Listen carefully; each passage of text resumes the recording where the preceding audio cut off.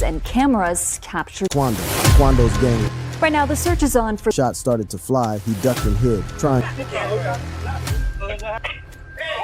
What happens when one of hip-hop's biggest stars goes from topping the charts to sitting in a federal courtroom, fighting for his freedom? This is the story of Lil Durk, a rapper who built an empire from the streets of Chicago, only to find himself at the center of one of the most high-profile cases in music. And as his trial approaches, fans are left asking, is he guilty of what's being alleged, or just another superstar caught in a system that's always watching? Lil Durk's journey started far from courtrooms and headlines. Growing up on the south side of Chicago, he became one of the faces of the city's drill scene. From early mixtapes to building his OTF collective, Durk turned his pain and survival into music that connected with millions. His rise wasn't overnight, but by the mid-2000s and teens, he was climbing charts, landing features with artists like Future and Lil Baby, and eventually earning Grammy recognition. By the early 2000s and 20s, Durk wasn't just another rapper, he was a superstar. But fame in hip-hop often comes with baggage. And in Durk's case, that baggage was tied to the streets he came from. In November 2020, tragedy struck. King Von, Durk's close friend and collaborator, lost his life in Atlanta during a late-night altercation.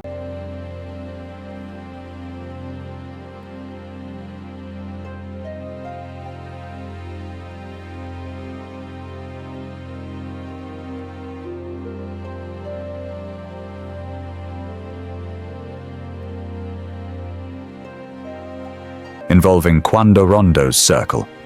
The news rocked the hip-hop world. Von had been on the rise, his storytelling and raw delivery making him one of the most promising voices out of Chicago. But his passing did more than leave a hole in the music scene. It escalated tensions. Fans took sides, rumors swirled, and the internet became a battlefield of speculation. For Durk, it was personal. He had lost his brother in arms, and many wondered if there would be retaliation. Fast forward to August 2022 in Los Angeles. Quando Rondo and his crew were ambushed at a gas station. Shots rang out. Quando survived, but his cousin, Saviaya Robinson, known as Lul Pub, didn't make it.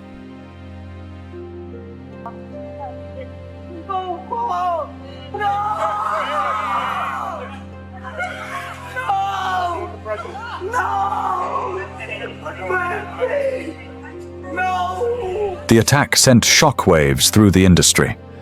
To many, it looked like payback for King Von. Police reports tied the ambush to men connected with OTF, and suddenly, whispers turned into accusations. Was Durk involved? Did the feud that started in Atlanta follow them all the way to California?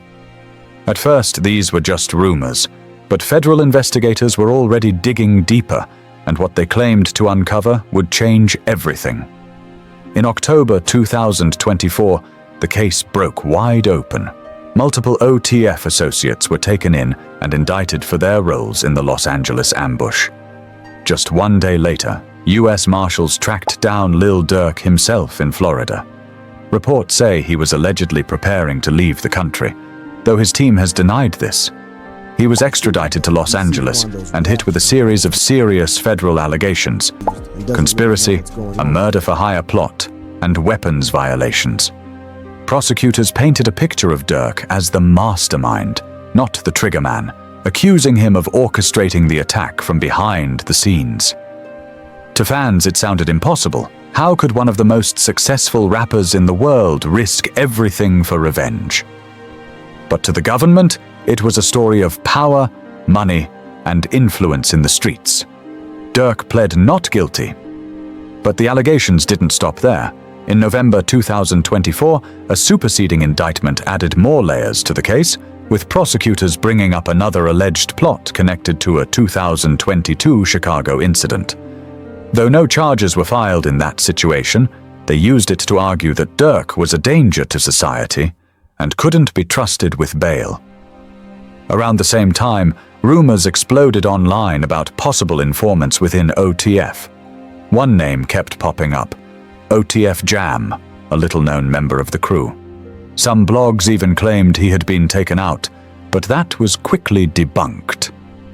What wasn't debunked was the fact that someone close to Durk had been giving information to the feds, and that created a storm of suspicion in the fanbase. Was someone inside OTF turning on him? The mystery only fueled the narrative. While the courtroom drama unfolded, Durk's music didn't stop. In March 2025, he dropped his 9th studio album, Deep Thoughts, from behind bars. The project featured Future, Lil Baby, Hunk Show, and Jhené Aiko, and despite his legal troubles, it debuted at number 3 on the Billboard 200 with 64,000 units sold in its first week. The album showed a new side of Durk, raw, reflective, and emotional, especially on tracks like Can't Hide It with Jhené Aiko. To fans, it felt like he was pouring his soul into the music, knowing what was at stake. Some praised his resilience, while others questioned how a man facing the possibility of decades behind bars could focus on recording. But in hip-hop, the music is often part of the fight, and for Durk, it became his voice from behind bars. But the courtroom didn't care about music. In May 2025, a judge denied his bail request, pointing to violations of jail rules. Prosecutors claimed he had used other inmates' phone accounts to make calls and had even set up 3-way connections to speak with people outside. To the court, this wasn't just breaking rules. It looked like an attempt to control things from inside. A month later, his lawyers came back with a $4.5 million bail proposal, offering house arrest, private security, and strict conditions. The judge still said no. Then, in June, prosecutors announced they would not seek the death penalty in his case. That decision took away the most extreme outcome, but it left the reality that Durk could still spend the rest of his life in prison.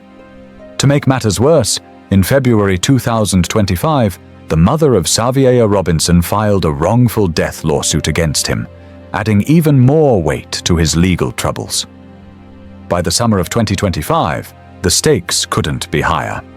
The trial date was officially set for October 14, 2025, in Los Angeles. With months to go, the fan base was split. Some see Durk as innocent, targeted because of his image and past ties to the streets. Others believe the evidence against him will be too much to overcome. Social media debates rage daily, with some fans pointing to supposed leaks about FBI informants, while others argue that the government is just making an example out of another rapper. The truth is, until the trial begins, nobody knows for sure what evidence the prosecution really has. And that's where things stand now. From the streets of Chicago to the heights of stardom, and now to the center of a federal murder-for-hire case, Lil Durk's story has become one of the most talked about in hip-hop. The trial in October will decide whether he walks free or spends decades behind bars. It's a moment that could redefine not only his career, but also how the industry looks at rap stars with street ties. So what do you think? Is Lil Durk a victim of a system that's quick to punish rappers for their image? Or is this the ultimate example of street life catching up, no matter how high you climb? One thing is certain: when that courtroom opens in October, the whole world will be watching.